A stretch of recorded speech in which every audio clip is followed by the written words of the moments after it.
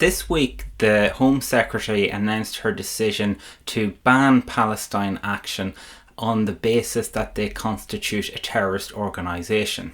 The Home Secretary took this decision after members of Palestine Action broke into RAF Braes Norton and sprayed aircraft with paint. The response to this act, rather than being to maybe carry out a security review and question how someone with a pair of bolt cutters and a bike could pose a threat to national security, instead the state is going to ban this organisation and classify them as terrorist. The point of this video is to just explain what proscription is, explain what its impact is on the right to freedom of speech and the right to protest, and also just to explain how much of a departure this decision is. The power to prescribe an organisation is given to the Home Secretary, and they are empowered to declare an organisation unlawful if they reasonably believe that that organisation is concerned in terrorism.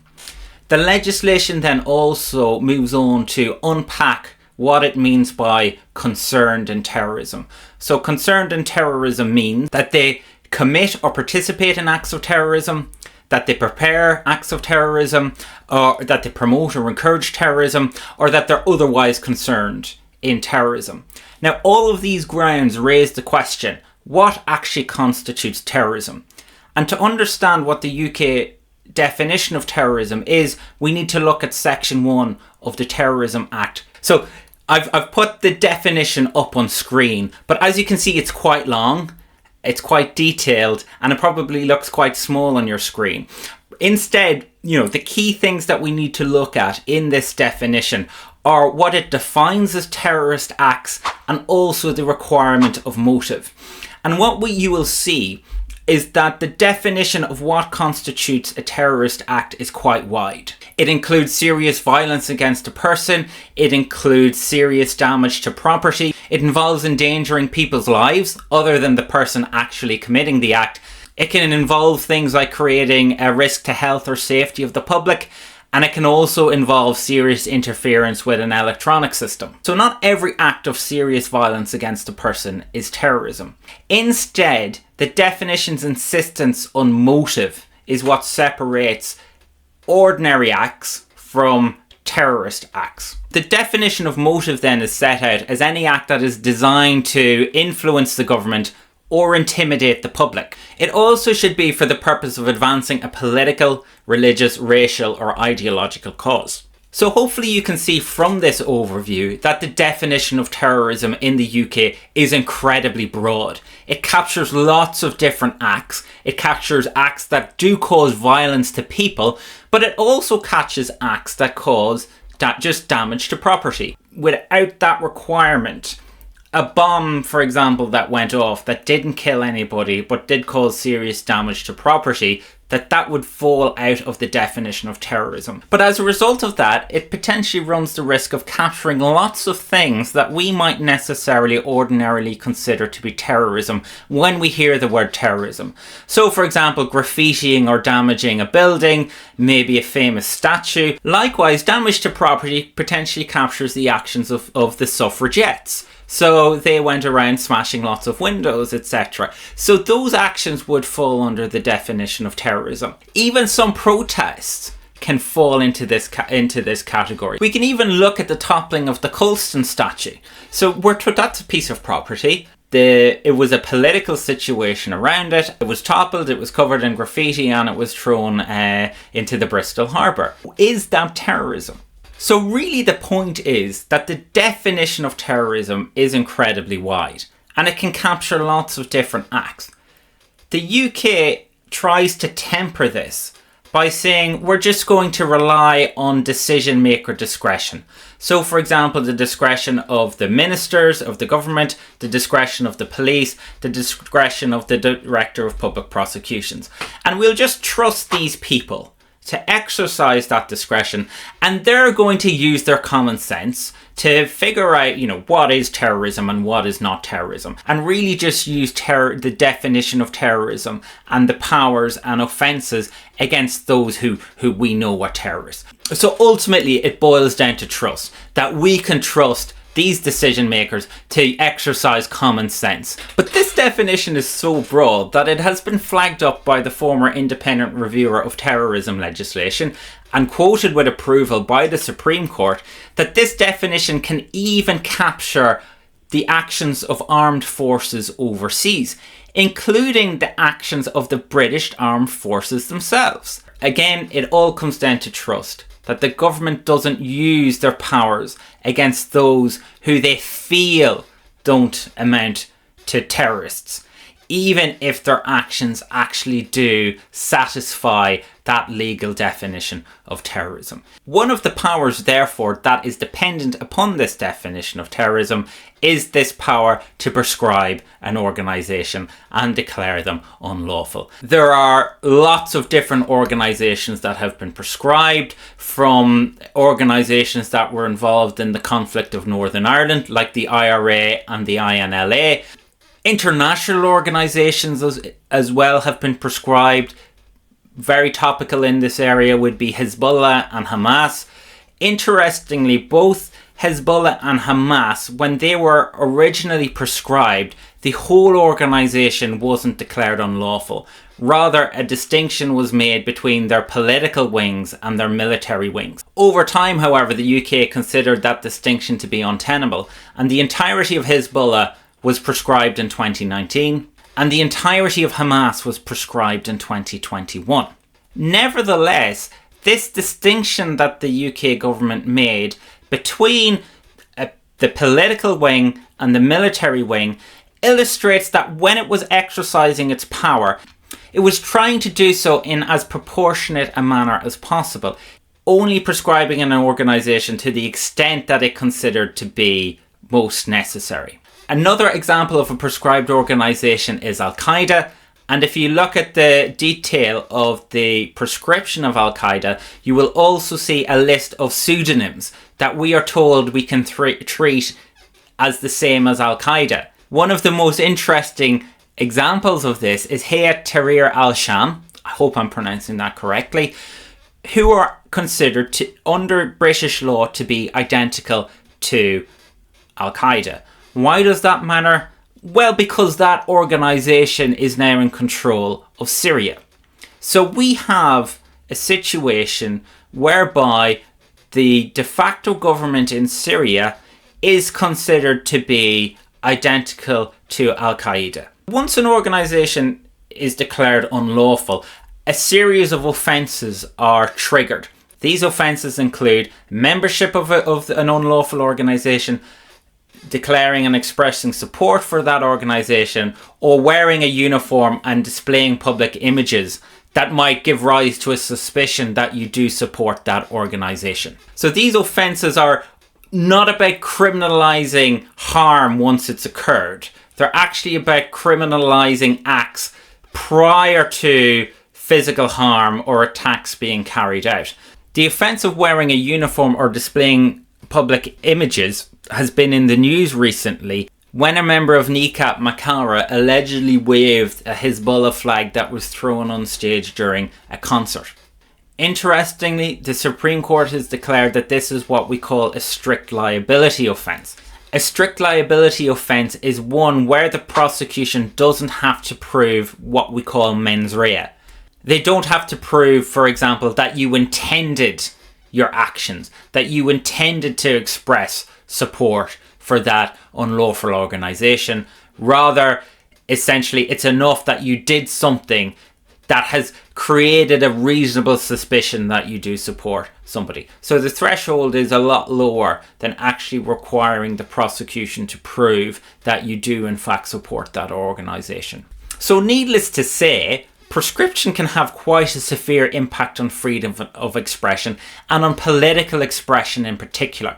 It raised questions as to what we call proportionality, that balance that needs to be struck between national security on the one hand and free speech and the right to protest, the right to freedom of association on the other.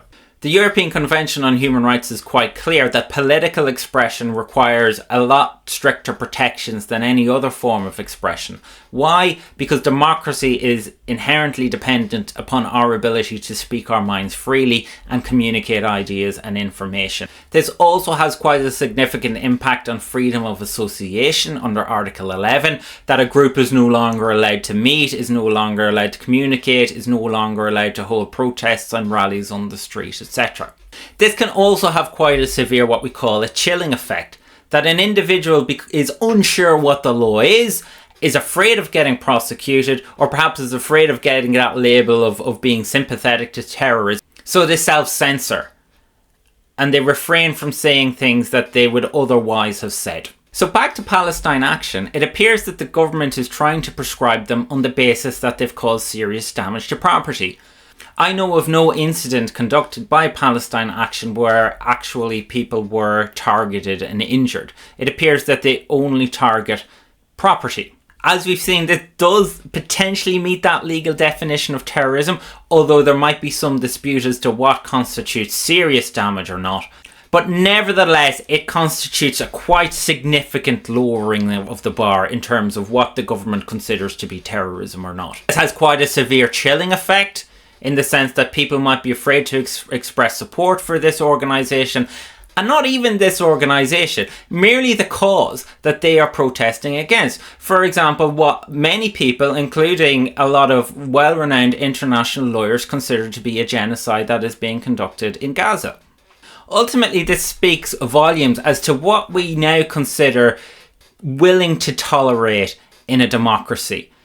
Democracy is all about a plurality of views, that we express different opinions. And you're free to express an opinion whether I agree with it or not. The Supreme Court all the way back in 2013 warned about this over-reliance upon discretion. But despite this, Parliament hasn't done anything to rein this in. Because the definition applies to not just actions against the British government, but actions against any government, that potentially puts any person involved in an armed conflict, be it involved with the army of a state or a non-state actor, that potentially renders them as terrorists. One of the powers, therefore, that is dependent upon this definition of terrorism is this power to prescribe an organisation and declare them unlawful. So back to Palestine Action, it appears that the government is trying to prescribe them on the basis that they've caused serious damage to property. I know of no incident conducted by Palestine Action where actually people were targeted and injured. It appears that they only target property. As we've seen, this does potentially meet that legal definition of terrorism, although there might be some dispute as to what constitutes serious damage or not. But nevertheless, it constitutes a quite significant lowering of the bar in terms of what the government considers to be terrorism or not. Certainly, I'm not arguing here that what Palestine Action have done is not criminal damage. It potentially is criminal damage. But is it heightened criminal damage? Is it heightened to such an extent that it warrants being classified as terrorism? There's even an argument to be made, and this is what Palestine Action, I'm guessing, would claim, is that their actions are actually designed to prevent British involvement with what are considered in international law to be war crimes, crimes against humanity, and potentially genocide. So although they're breaking domestic law, one might claim that they are actually trying to uphold international law. The International Court of Justice, for example, has stated all states are under an obligation not to recognise as legal the situation arising from the unlawful presence of Israel in the occupied Palestinian territory. They are also under an obligation not to render aid or assistance in maintaining the situation created by Israel's illegal presence. So this may be political action, but is it political action that's very different to the other prescribed organisations? One might claim that it's political action that's designed to uphold international law. Whether there's anything in the legal definition of terrorism that says that those kind of actions are excluded from the definition is unclear, however. But really a key issue is whether what they have done constitutes serious damage to property. Is spray painting airplanes, serious damage to property? And is that the kind of thing that we think should be classified as terrorism? They've also thrown bricks at buildings, various different banks, attempted sabotage at different arms manufacturers, which again might also satisfy this definition of what constitutes serious damage to property. However, they're not the only organisation that has done this in the past. So a lot of animal rights activist groups, for example, have carried out quite significantly more damaging acts against property. Nevertheless, a government has never taken the decision that we need to proscribe these organisations. This constitutes a very significant lowering of the bar in terms of what the government is going to tolerate and what it's not going to tolerate. And if Palestine Action are banned, this raises the question as to who is next. Are Extinction Rebellion going to be banned?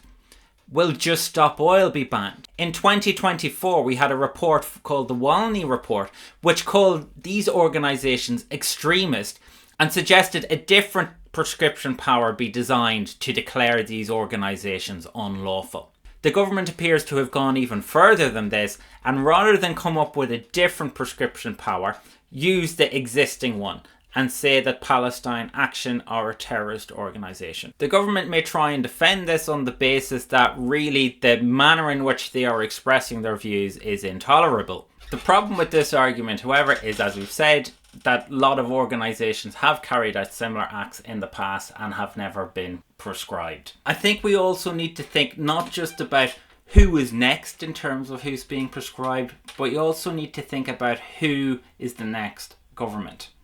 If we're inherently relying upon discretion to exercise these counter-terrorist powers, to ensure that they're not being exercised in a way that we think is draconian, or in a way that is undemocratic, in a way that is anti-pluralistic and stifling the expression of views that should be permitted in a democracy, then it matters who that government is. Is a far-right government, for example, going to prescribe an organisation that it disagrees with? Over the years, we've seen an ever-increasing array of counter-terrorist powers being introduced and an ever-increasing array of public order powers that are restricting an individual's and groups' ability to protest and express their views beyond simply writing a stern letter to their MP. Democracies have to be more resilient than this. Democracies have to allow people to express their views in certain ways. And yes, you might disagree with their techniques. Yes, you might think what they have done is criminal damage. If that's the case, then prosecute them for criminal damage. Use the ordinary criminal justice process. Likewise, if you think spray painting airplanes constitutes a risk to national security, then perhaps the strengthening of the infrastructure around those airplanes, if they are so important for national security, maybe that should be the number one priority, rather than relying on this draconian law that has quite a significant impact on freedom of expression and freedom of association. Democracies have to be more resilient than this, and this sets a very, very dangerous precedent for what can occur in future.